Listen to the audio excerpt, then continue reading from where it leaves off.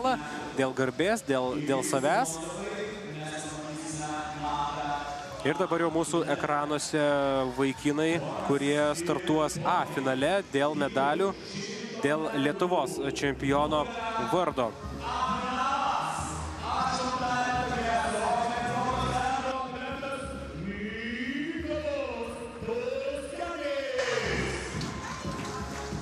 Mykolas Tuskenis, 8-asis takelis, Sostinės sporto centro atstovas. Jam priklauso Lietuvos rekordai iki 13 ir iki 15 metų vaikinų šioje distancijoje. Pirmajame takelėje Kajus Stankevičius, jis atstovauja LTU Aquatics 19+ komandą, bet šiaip visą gyvenimą plaukė už Kauną. 7-ame takelėje Arminas Murėnas, šiandien jau atsijėmęs medalį už vakarykštės išdaigas, kurias išdarinėjo estafetėje už Panevėžio Žemynos komandą, laimėjo auksą, matėme visą tai transliacijos pradžioje. Vilnietis plaukiantis už Panevėžio Žemyną 7-ame takelėje, 2-ame takelėje Latvijos atstovas Kristians Brens.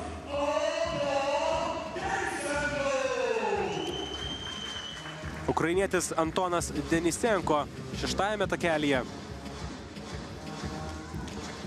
Denisenko jau taip pat yra iškovojęs medalį šiame Lietuvos čempionate. Jis laimėjo sidabrą plaukiant 400 metrų kompleksiniu būdu.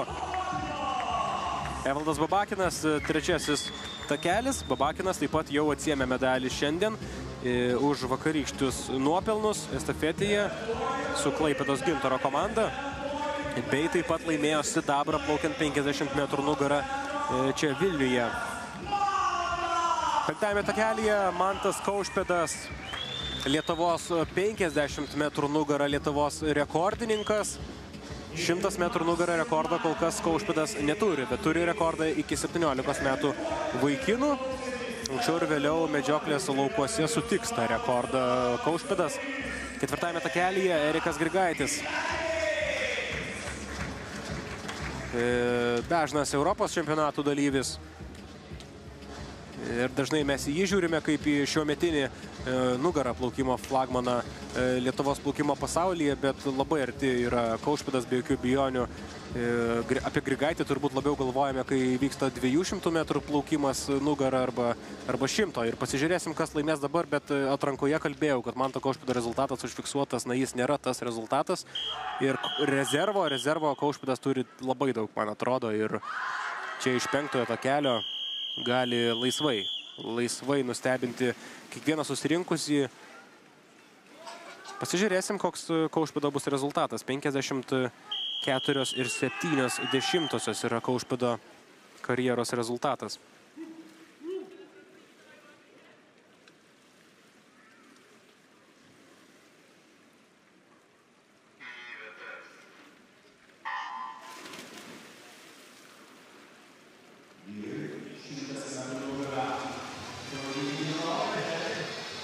Na ir štai tik pažiūrėkime į Mantą Kaušpėdą, jis iš karto nieko nelaukia ir veržėsi į priekį ir jau po 25 metrų turi prieš visus pusę korpuso pranašumą. Įspūdingas jaunuolio iš Klaipėdos pasirodymas.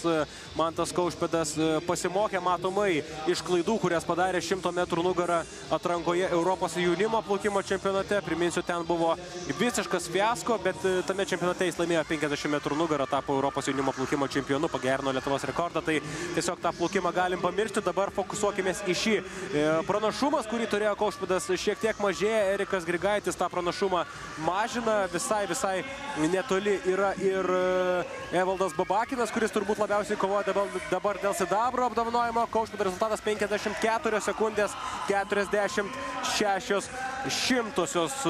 Puikus Kaušpėdo pasirodymas, gerina jis karjeros rezultatą ir žingsnelis po žingsnelio arčiau Lietuvos rekordo, kuris priklauso Danui Rapšiui.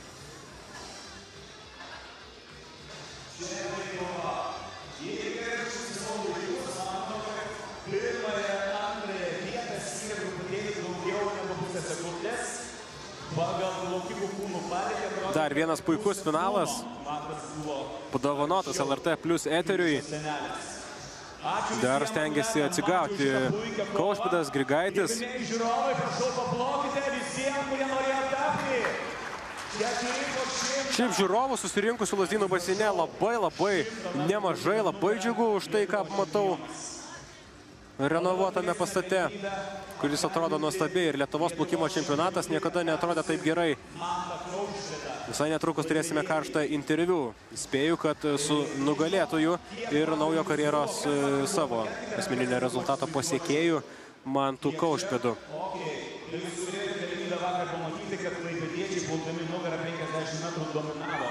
3 klaipėdiečiai plaukė finale ir visi 3 tapo prizininkais. Ir čempionu 50 nugarą tapo Mantas Kaušpėdas. Ir štai dabar Mantas Kaušpėdas nuo šiandien ir visada bus skelbiamas Lietuvos 2024 metų čempionu. Kaip jautiesi, kokie jausmai užplūsta? Tikrai labai linksma plaukti Vilniuje ir ypač šiais metais, kad organizavimas yra wow tiesiog. Tai laimėt prieš šeimą, prieš draugus, taip toliau, tai labai linksma. O čia tikrai tavo šeimos nariai yra? Pamojuok jiems, pamojuok.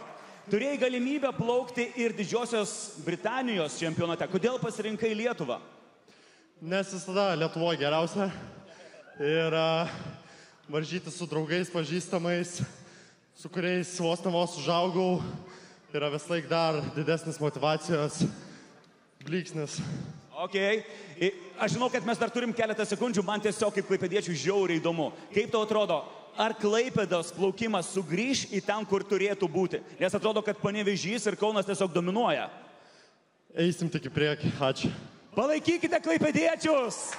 Mantas Kaušpėdas!